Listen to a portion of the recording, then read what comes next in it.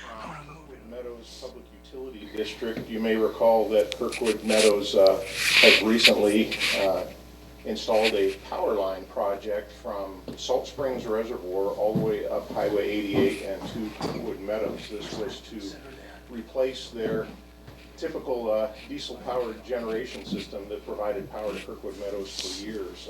It was about a $17 million project to take power from Salt Springs Hydro Plant and run it up to Kirkwood. They completed that, and this was surprising to me how time flies. They completed that project 1 full year ago was the date when they actually turned that power source on for Kirkwood. Apparently it's operating beautifully for them. They do have a very redundant power supply system in the state of California with the backup generators still in place to provide backup power when and if, or if and when, the power goes out. They also announced that they are hoping to open their new ski season around November 20th, hoping being the operative word there, I guess, but let's all pray for snow as fast as we can get it to come.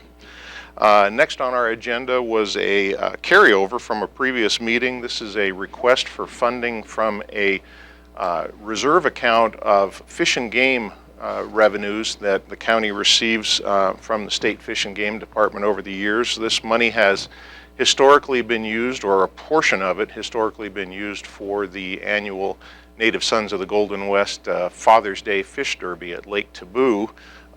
With the drought and the reduction in fishery productions at some of the different fisheries, the cost of purchasing fish for that fish derby has gotten so expensive that the board has not funded that effort in the last 2 years, and I believe the Native Sons have not requested for that funding. But this was to fund a salmon project in our local elementary schools. Ms. Tony Lindy brought the proposal to the board.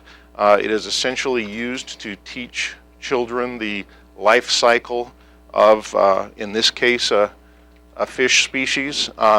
They raise these hatchlings, actually raise them from eggs, and raise them in the classroom, and then release those salmon below Comanche Reservoir into the McCallamy River to experience the full life cycle of the salmon. It's a school project.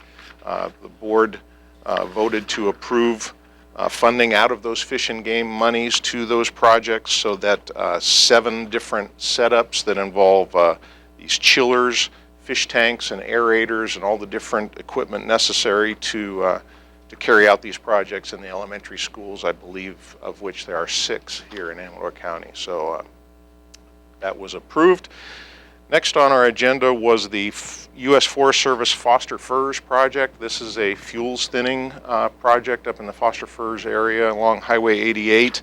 The Forest Service has been through the public review portion of this project and made their decision as to which alternative method of this fuels reduction they would choose. A new process for the Forest Service is that even after they've made their decision, then there is a secondary round of public comment that allows for objections to the chosen alternative. And the Board of Supervisors was asked to send a letter basically keeping us in the game. The supervisors supported the alternative that was chosen by the Forest Service, but with the opportunity for additional opposition to come in this second phase of public comment, the board wanted to preserve its opportunity to weigh in and have a seat at the table to hopefully see to it that this very worthwhile project goes forward.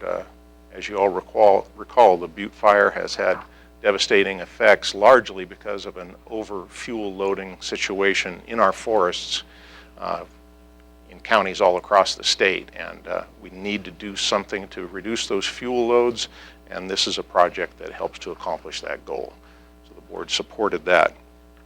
We moved on to a proposal from I believe the Plymouth Rotary Club is wishing to provide some volunteer work and labor for resurfacing the tennis courts at Fiddletown, at the park that is owned by the county in Fiddletown, and this was just a request for trying to simplify the process by which the Rotary Club can go out there and do that project on county property and keep it from experiencing too much of the red tape that is typical of that that sort of thing. So the board approved to move forward with encouraging the Plymouth Rotary to resurface the Fiddletown Park and get that going as soon as possible.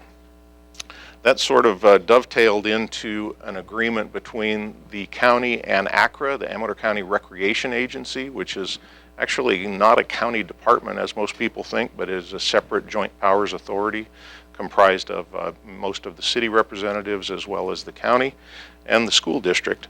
ACRA is going to be, has been to a certain degree performing certain maintenance operations and on county-owned parks, both at Pioneer Park and the Fiddletown Park. This agreement between the county and ACRA is to give ACRA more autonomy in the management of those parks, both from a maintenance standpoint as well as just operations of the park. The county took the basic budgeted amount that we historically have spent on utilities and other maintenance operations on those parks and have allocated those resources or that funding to ACRA to perform those services, and entered into an agreement to again help streamline that and allow ACRA to act more autonomously in their operations and maintenance of two county-owned parks, again, Pioneer Park and Fiddletown Park. Also with that was a request for funding to deal with some vandalism that occurred at Pioneer Park. Unfortunately, this has been a regular event for the county to have to deal with, and part of the reason for this agreement with ACRA is to try to find a way to get some more community buy-in and monitoring of those park locations so that the county is not continually hamstrung with the costs associated with vandalism occurring in those parks. Frankly, I think this Board of Supervisors is getting a little fed up with continuing to fund repairs for vandalized items, and was beginning to reach the point of deciding as to whether to close those parks down or not if that continues to happen. So we did approve funding to repair these doors, advocated for the repair rather than the replacement of these roll-up doors, and hopefully that will fix that problem, as well as some additional monitoring on ACRA's part will hopefully get people to realize that if they choose to vandalize their parks, there soon will be no more parks. The board moved on to two items of code enforcement violations. These have been going on for upwards of 10 years with regards to investigations or inspections for the cleanliness of health preparation facilities, as well as personal residences or personal properties having been allowed to become a public nuisance through their collection of largely just junk and debris collecting on the properties. Unfortunately, something that was very difficult for me, having been a previous resort owner and dealt with these things for years. Ham Station has been requested to clean their facilities to a degree that is respectful of the health and safety needs of the community and their patrons. For a number of years, they've also got issues with a water system that is not up to the cleanliness standards that are required in today's environment, and the fire suppression system necessary for grease fires over a commercial oven in a commercial kitchen.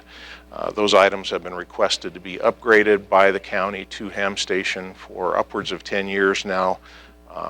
Mr. Newcomer, the owner of Ham Station, was given an opportunity from the last couple of board meetings to get the kitchen facilities cleaned up and begin to show making progress in the direction of that effort. Unfortunately, an inspection as recent as the day before yesterday, our board meeting, showed that there was much to be done to reach a degree of cleanliness. So unfortunately, the board adopted the findings of the Code Enforcement Abatement Hearing Board, which was to close Ham Station until they're able to get those items fixed for the sake, again, of the public's health and safety.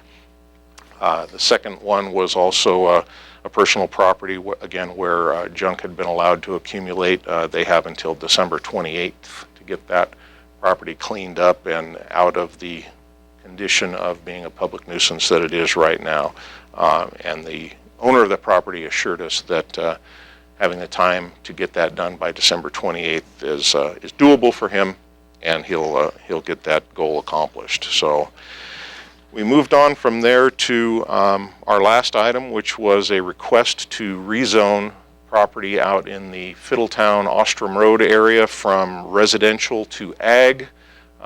This was brought to the Board of Supervisors requesting to uphold the findings of the Planning Commission. Unfortunately, our County Planning Commission chose to deny this request to one existing winery on Shenandoah Road, and approve the request to this winery property on Ostrom Road. So the board felt that that was a little inconsistent in their recommendations, and given the very narrow condition of Ostrom Road and the substantially increased opportunities on ag land for wineries in the way of special events with up to 450 people at those events and a host of other impacts, that we chose to deny that request. So that was the Board of Supervisors meeting for October 27th. Thank you for listening, Amador, and we'll see you next time.